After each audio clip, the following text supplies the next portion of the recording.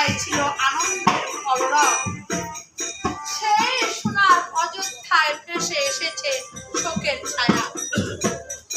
রাজা দশরথের 4 পুত্র রাম, লক্ষ্মণ, ভরত, শত্রুঘ্ন। জ্যেষ্ঠ পুত্র রাম গেছে 14 বছরের জন্য বনবাসে, সঙ্গে রয়েছে লক্ষ্মণ।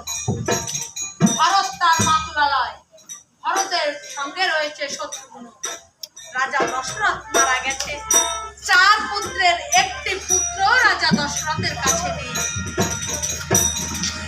রাজা দশরথকে তৈলাক্ত করে রেখে, তেলের ভিতরে রেখে বৈশিষ্ট্যগুলি সুমন্ত্র সারথীকে বলছে, সুমন্ত্র তুমি অতি অল্প সময়ের মধ্যে ভরত শত্রুঘ্নকে কেকই রাজার দেশ থেকে অযোধ্যায় ফিরে নিয়ে আসো। বৈশিষ্ট্যগুলির আদেশে সুমন্ত্র সারথী অতি অল্প সময়ের মধ্যে ভরত শত্রুঘ্নকে নিয়ে অযোধ্যায় প্রবেশ করেছে। ভরত অযোধ্যায় প্রবেশ করে লক্ষ্য করছে যে সোনার অযোধ্যায় বৃক্ষের ডালে বসে কোকিলের আনগুনাগুন গান গাইত। রাম হারা সেই বৃক্ষের ডালে কোকিলের কণ্ঠে গান নাই। গাভী তার বাচ্চাকে দুধ দিচ্ছে না। ভরত শত্রুঘ্নকে ডেকে বলছে, শত্রুঘ্ন রে, আমরা কোন অযোধ্যায় এসেছি?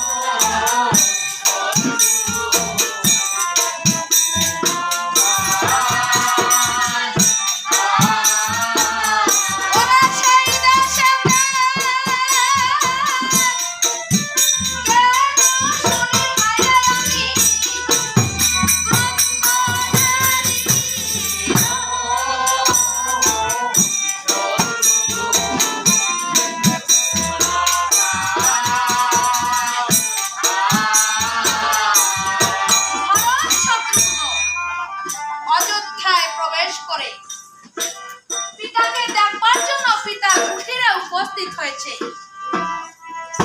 পিতার কুঠিরে উপস্থিত হয়ে পিতাকে দেখতে না পেয়ে পিতা পিতা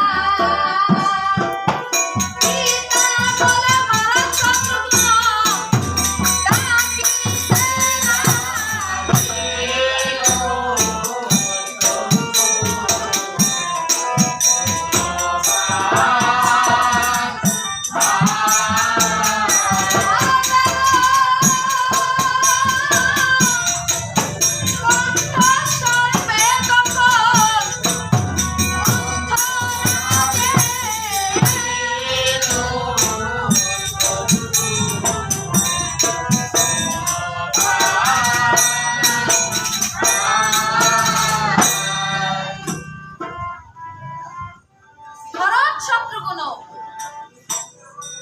পিতাকে দেখবার জন্য পিতার কুঠিরে এসে পিতা পিতা বলে ডাকতে আরম্ভ করেছে।